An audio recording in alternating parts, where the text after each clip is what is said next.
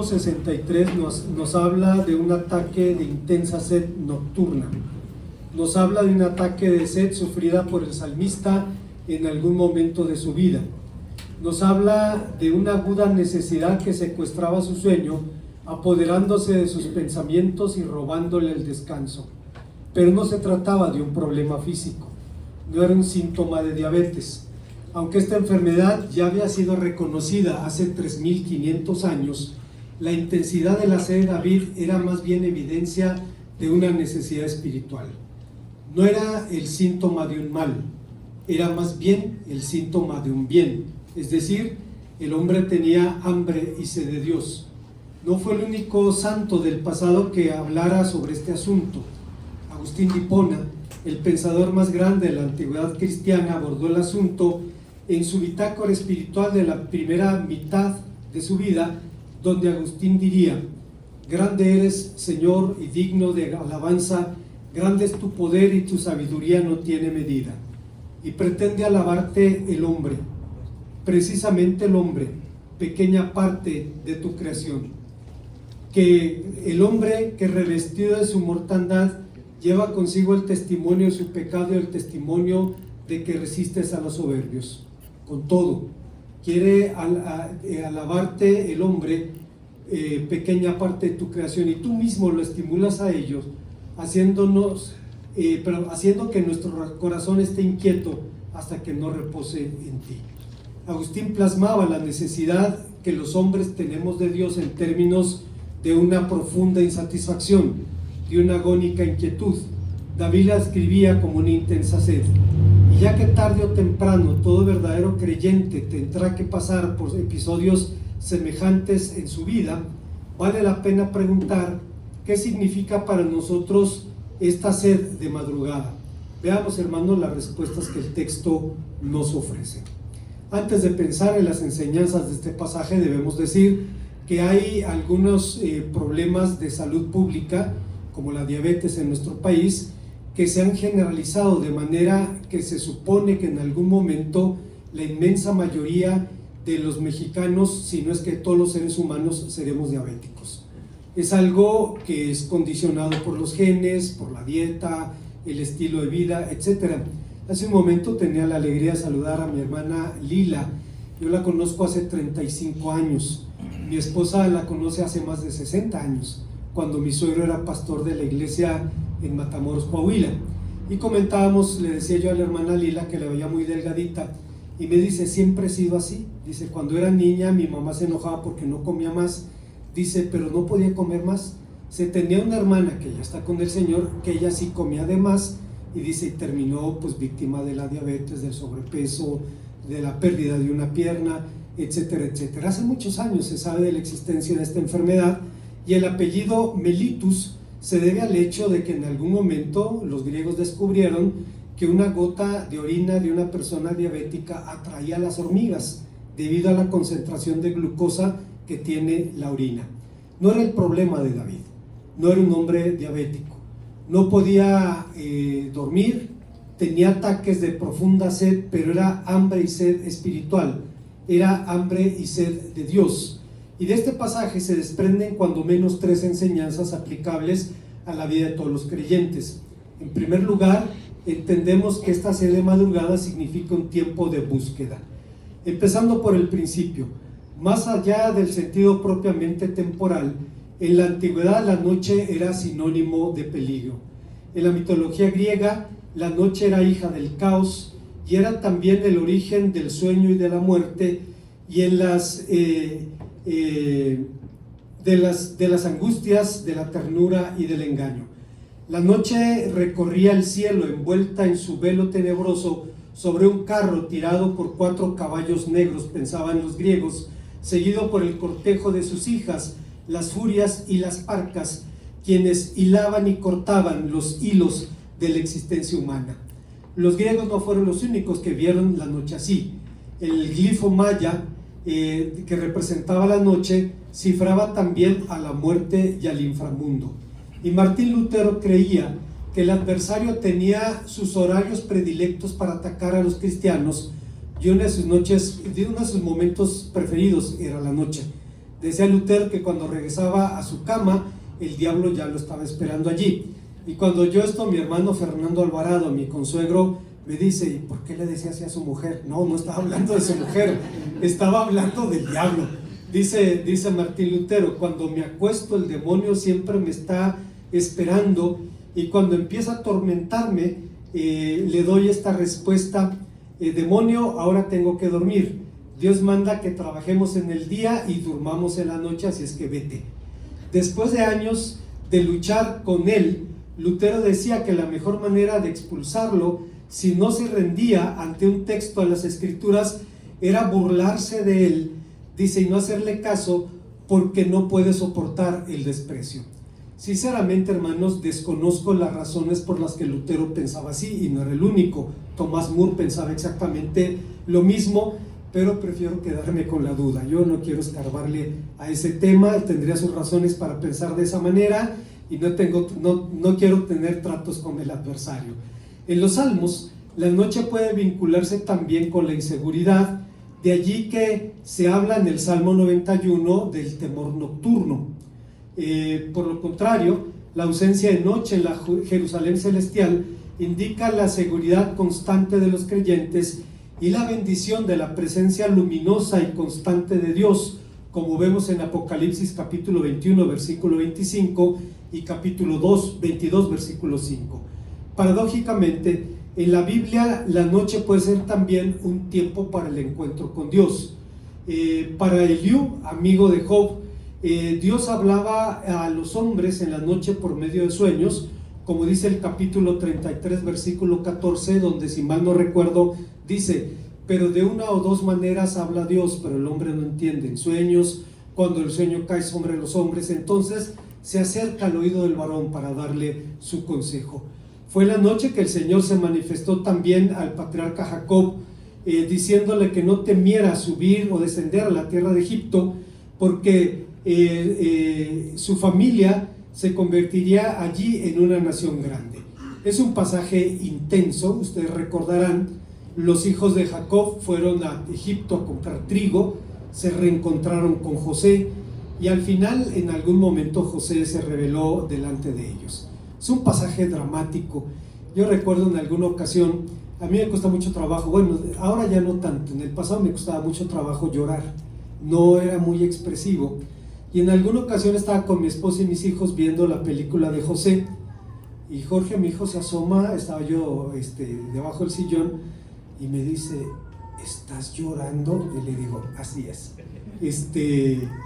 Es una historia desgarradora, cuando después de luchar por meses, finalmente José dice, llora, se lava la cara, se presenta delante de sus hermanos y les dice las últimas palabras que querrían escuchar en este mundo: a mí, Joseph, yo soy José. No lo podían creer. No lo podían creer. No os pese haberme mandado a Egipto, que Dios me mandó delante de vosotros para preservarnos la vida. Cuando regresan y le dicen al viejo que José estaba vivo, él no lo puede creer, se estaban burlando de él. Y esa noche habló con su Dios. Y su Dios le dijo: no temas descender a la tierra de Egipto, porque de tu familia haré una nación grande. Fue la noche donde Dios habló con el patriarca. Podemos recordar también que fue de noche que el Señor se manifestó a Salomón diciéndole: pide lo que quieras, que te lo daré. 1 Reyes 3:5. Y fue en visiones nocturnas que Dios reveló a Daniel su secreto, y también de noche cuando el Señor indicó a Pablo que pasara a Macedonia y le alentó a pesar de la oposición de los corintios, diciéndoles que tenía allí mucho pueblo. En el Salterio se menciona con bastante frecuencia la idea de meditar durante la noche: el Salmo número 4, el Salmo número 7, el Salmo 119, etc. Pero volviendo a nuestro texto, se dice que el Salmo 63 es un poema intimista, porque de la intimidad de la que habla es de la intimidad con Dios. En el Salmo 63 encontramos una oración de confianza comparable con los Salmos 4, 16 y 61. La búsqueda de la intimidad con Dios se hace evidente en el Salmo, incluso en la forma más intensa que otros salmos de súplica. Si en el Salmo 61 se pronunciaba que hasta los confines de la tierra el Señor alcanzaría a su siervo y lo hospedaría en su tabernáculo, en el Salmo 63 se siente como si ya estuviera allí, como si estuviera en el tabernáculo de Dios. Si en el Salmo 61 el salmista buscaba la ayuda de Dios, en el Salmo 63 siente su poderosa mano sosteniéndolo. En el Salmo 61 habla de Dios en tercera persona. En el Salmo que nos ocupa habla de Dios en primera persona, en una relación tú y yo. La razón para apelar a la figura de la sed es evidente. La sed, decía Carlos Spurgeon, es un anhelo insaciable por algo que es esencial para la vida. No hay modo de razonar con ella, ni de olvidarla, ni de despreciarla, ni de vencerla con indiferencia estoica. La fe se hace notar. Todo hombre ha de ceder ante su poder, y del mismo modo ocurre con el deseo divino que la gracia de Dios pone en el corazón del hombre regenerado. La sed de agua obviamente se sacia con agua, el hambre de pan se sacia con pan, pero el hambre y la sed de Dios solo se sacian con Dios. Con su peculiar agudeza, Agustín de Hipona decía: mirad aquí cómo siente sed, pero es una clase de sed buena, es sed de ti, es sed de Dios, porque hay quienes tienen sed pero no de Dios. Todo el que desea conseguir alguna cosa arde en deseos por ella. Es el deseo del alma, esta es la sed del alma. Fijaos cuántos deseos hay en el corazón del hombre. Uno desea oro, el otro plata, propiedades, aquel ganancias, uno dinero en abundancia, otro abundantes ganados, desea una casa más grande, el otro una esposa, uno honores, otro hijos. Ya veis cómo todos los deseos están en el corazón del hombre. Todos los hombres arden en deseos y apenas podremos encontrar alguno que diga: mi alma tiene sed de Dios. Pero, ¿cuál es el origen de esta sed de Dios?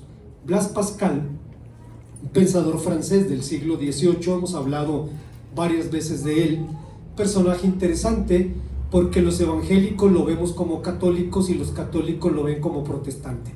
La verdad es que era un hombre cristiano, un hombre fuera de su tiempo, como lo contaba la última vez que hablé de él.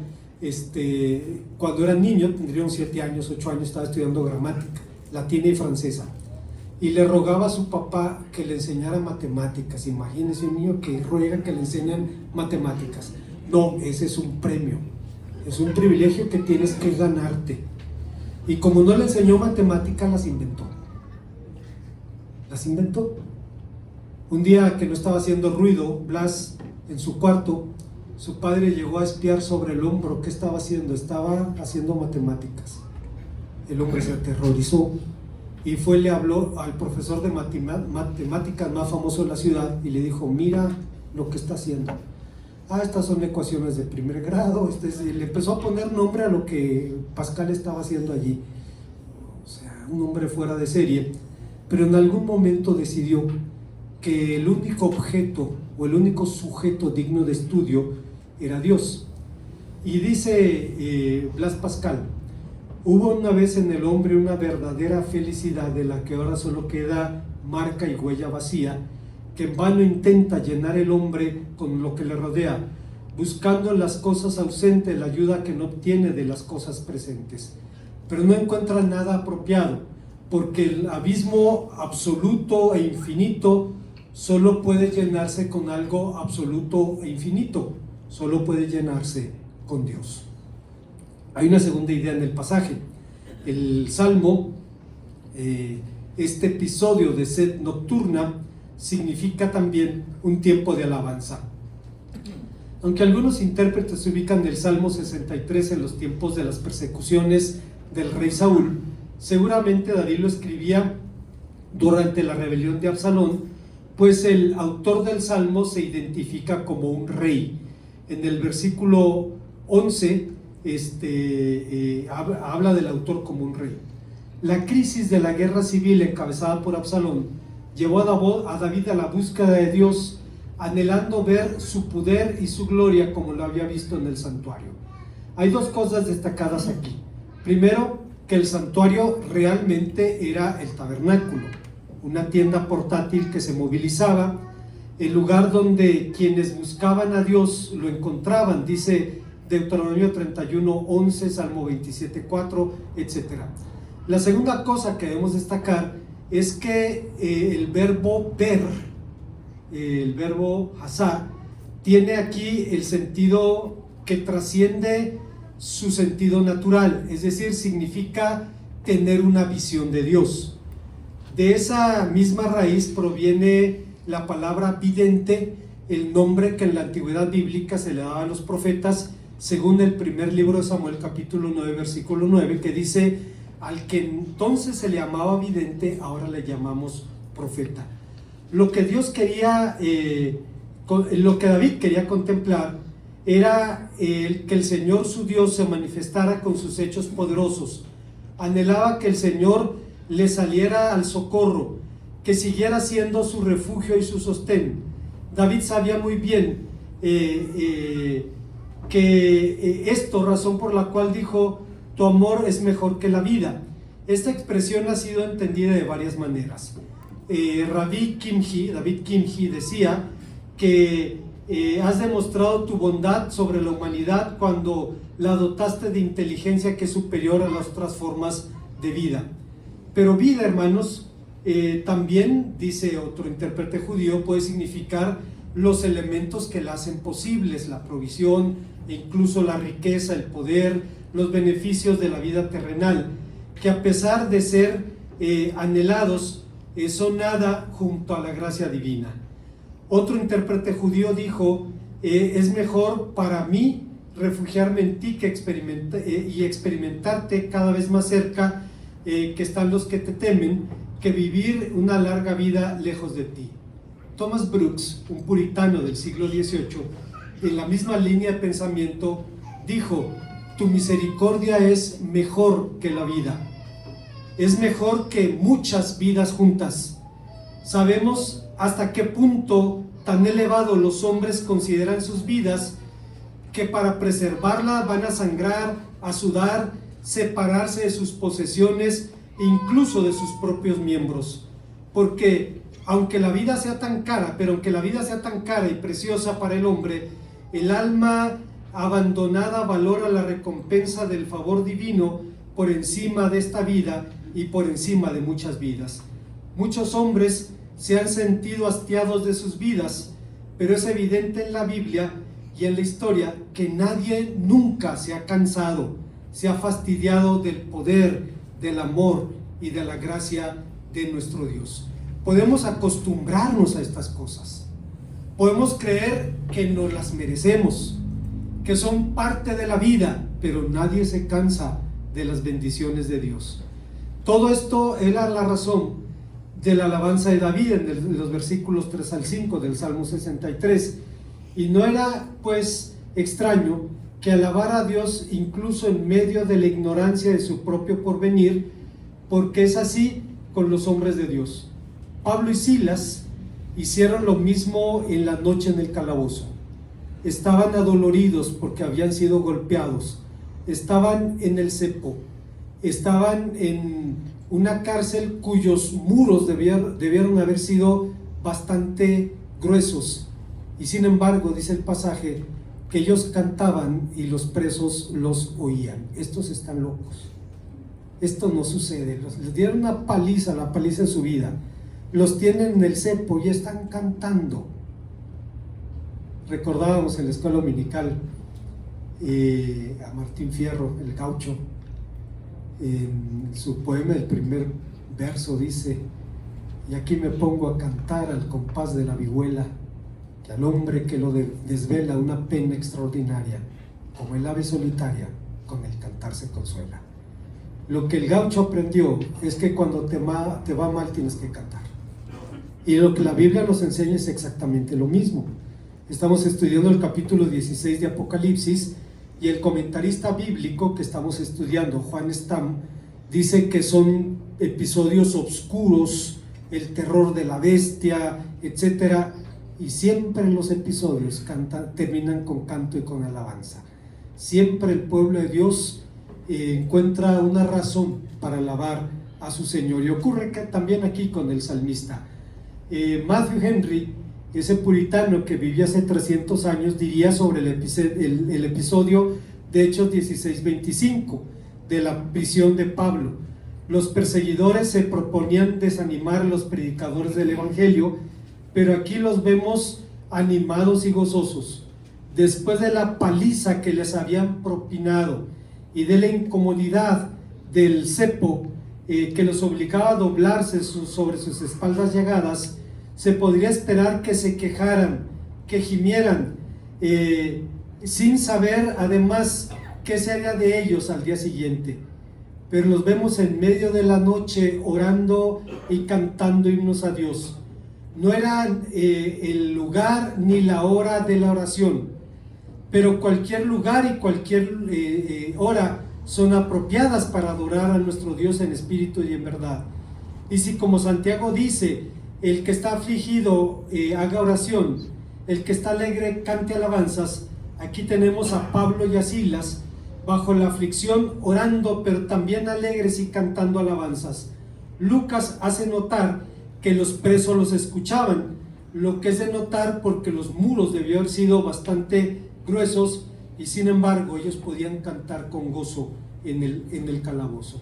En síntesis, como alguien diría acertadamente, alaba a Dios en medio de la noche, alaba a Dios cuando no veas nada, alaba a Dios aunque no exista ninguna posibilidad de que ese problema se resuelva, alaba a Dios en medio del dolor, alaba a Dios en medio de la escasez, alaba a Dios en medio de la amenaza, alaba a Dios, Él tiene el control, alaba a Dios, Él te abrirá las puertas.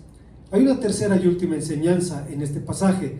Estamos hablando, hermanos, de una sed de madrugada que significaba un tiempo también de esperanza.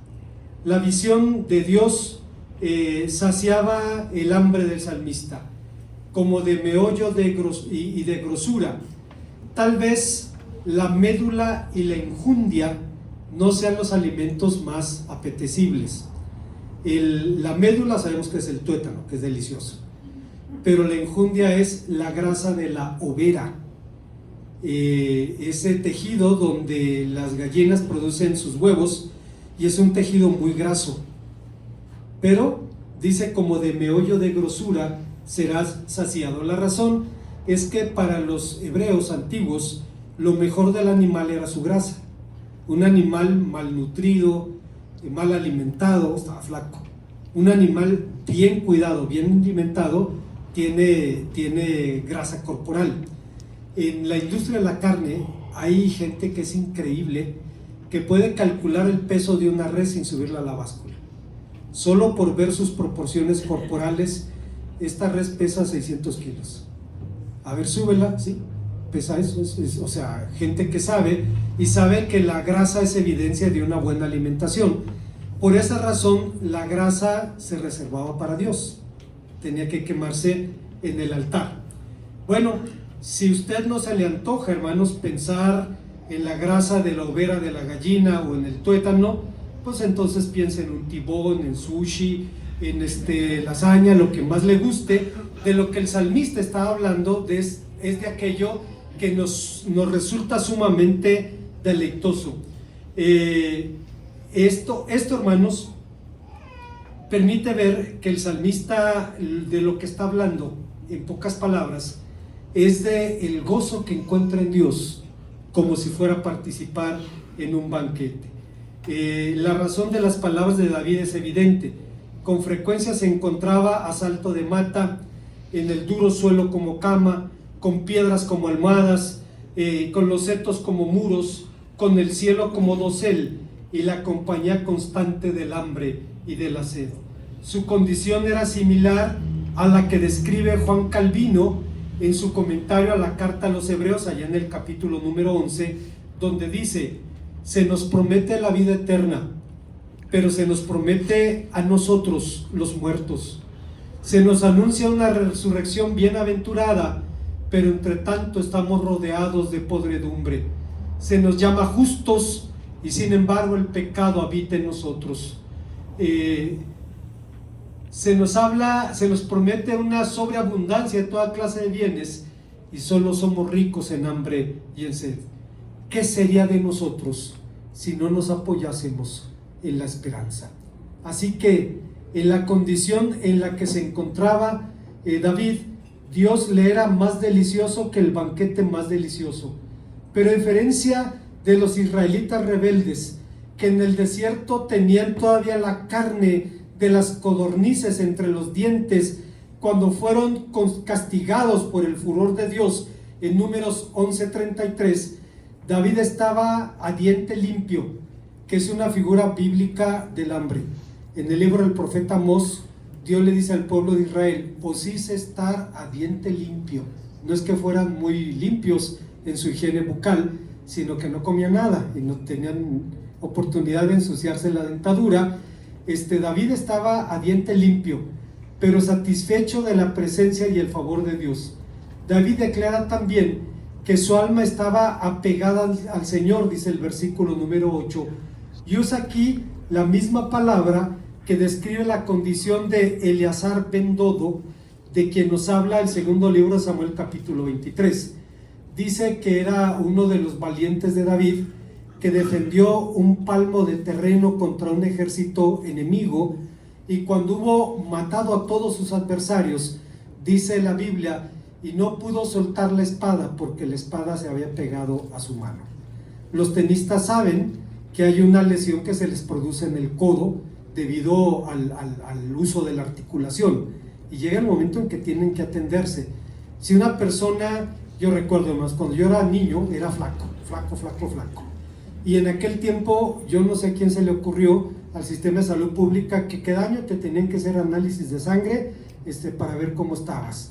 Y un niño flaco que le tenía miedo a las agujas era un episodio aterrador.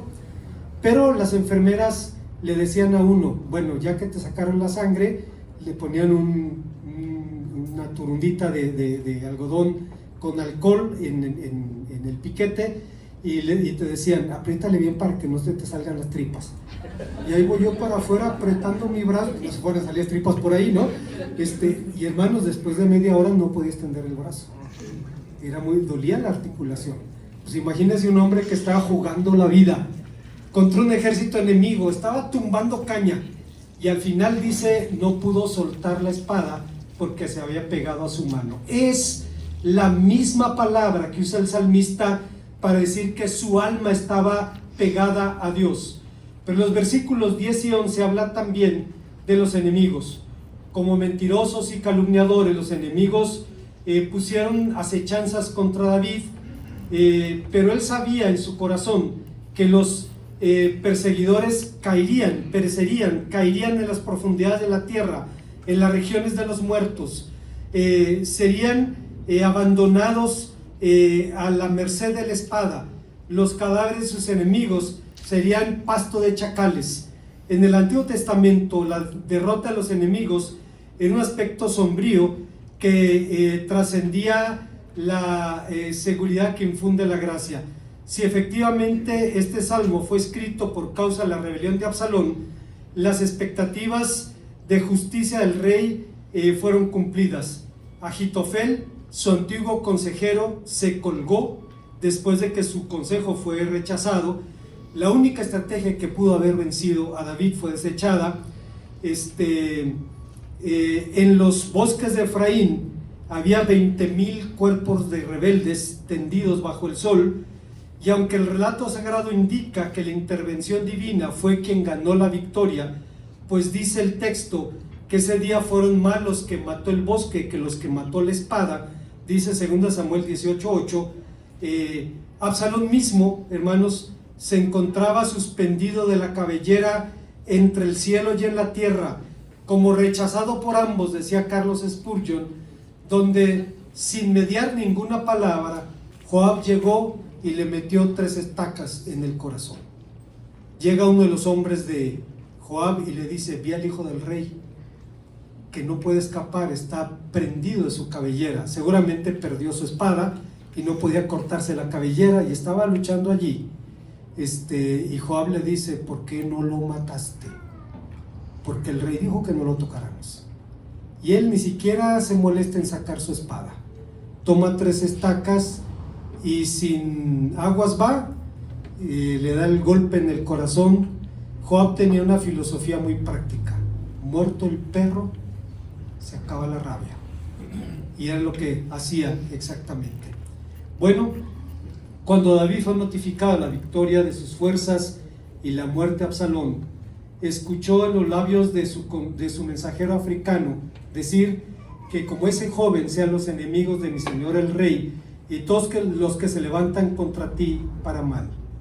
Con todo el dolor que significaba la muerte de su hijo, David vio confirmarse lo que había escrito en el Salmo: el rey se alegrará en Dios, será alabado cualquiera que jura por él, porque la boca de los que hablan mentira será cerrada.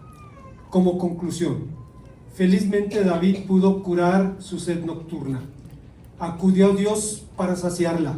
Descubrió que Dios ha provisto una fuente inagotable de agua viva que puede saciar la sed de cada mortal para siempre. Jonathan Edwards, un puritano que vivió hace 300 años, un verdadero cristiano que estaba apasionado por Cristo, dijo: entre más ama a Dios un verdadero cristiano, más desea amarle y más le molesta su falta de amor. Entre más odia un verdadero cristiano el pecado, más desea odiarlo y más le duele ver cuánto lo sigue amando. Lo más que un cristiano puede alcanzar en esta vida no es sino la punta de su lengua, un toque de gloria. El creyente más sobresaliente aquí no es más que un niño comparado con lo que será en el cielo. Por esto, los grados más altos de santidad que los creyentes alcanzan en la tierra no sacian sus deseos de tener más. Al contrario, están siempre deseosos de seguir adelante, como Pablo, quien dijo: hermanos, yo mismo no pretendo haberlo alcanzado, pero una cosa hago, olvidando ciertamente lo que queda atrás y extendiéndome a lo que está delante, prosigo a la meta, al premio del supremo llamamiento de Dios en Cristo Jesús. En suma, Matthew Henry, ese bendito puritano, lo expresó también, hermanos, de una manera sublime. Él hablaba de cómo las promesas de Cristo sacian nuestra sed. Dijo: en Cristo hay suficiente para todos y para cada uno de nosotros.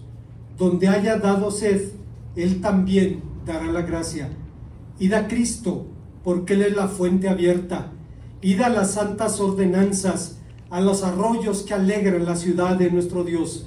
Id a las aguas sanadoras, id a las aguas vivas. Venid, comprad, apropiaos de esto, aplicadlo a vuestra gracia el Evangelio y a vosotros mismos. Venid y comed, hacedlo vuestro y disfrutarlo. Vengamos a Él y hallaremos vino y leche.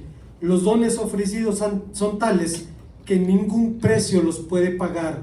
Las cosas ofrecidas han sido pagadas porque Cristo los ha adquirido con el precio de su sangre. Nuestras necesidades son incontables y nada tenemos que las pueda satisfacer. En Cristo y en el cielo, si el Cristo y el cielo son nuestros, nos veremos siempre endeudados a esa libre gracia. Que los desencantos que nos topamos con el mundo nos ayuden a impulsarnos hacia Cristo y a buscar la satisfacción que solo podemos encontrar en Él. Solo entonces encontraremos reposo en nuestra alma. Y repite Matthew Henry: oíd y vivirá vuestras almas. Con cuánta claridad se nos ofrece la felicidad. Hay una razón, hermanos, por la que los salmos son el símbolo de una relación apasionada entre Dios y su pueblo. Se dice que en la ley y en los profetas Dios le habla a su pueblo, y en los salmos el pueblo le responde. Le dice a Dios quién es y le dice a Dios lo que ha hecho. Este Salmo 63 habla de un tiempo muy complicado en la vida de David. Su propia existencia estaba en peligro, estaba bajo la espada no de Damocles, de su hijo Absalón. Y sin embargo, esa noche él buscó a su Dios. Y a pesar de que tendría que pasar vicisitudes, la muerte de su hijo, finalmente un día Dios le regresaría el trono. Dice la palabra de Dios que cuando llegó a Jerusalén, algunos de sus hombres reconocieron a los que habían desertado de la causa de David y le decían: ellos te abandonaron. Y David dijo: hoy Dios me ha confirmado que soy rey sobre Israel y no se derramará más sangre en este lugar. Dijo: es necesario proceder con misericordia. Aplicó la norma de la gracia, porque había sido la norma de Dios en la vida del salmista. Hay momentos oscuros, económicos, familiares, de salud, situaciones difíciles, pero Él está allí. Y se cumplirá: como de meollo de grosura será saciada mi alma. Que Dios, hermano, hermana, le conceda las peticiones de su corazón. Oremos al Señor.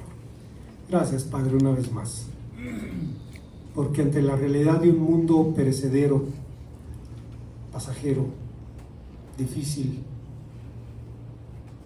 tenemos una certidumbre que tú estás en el control y nos llevarás al fin que te glorifica. Por eso, como lo hizo el salmista, proféticamente anunciando la bendición y después gozándose en ella, ahora anunciamos la declaración de nuestra fe y de nuestra esperanza, sabiendo que por amor tuyo, por causa de amor a ti mismo, tú cumplirás tus promesas. Nos ponemos en tus manos, en Cristo Jesús. Amén.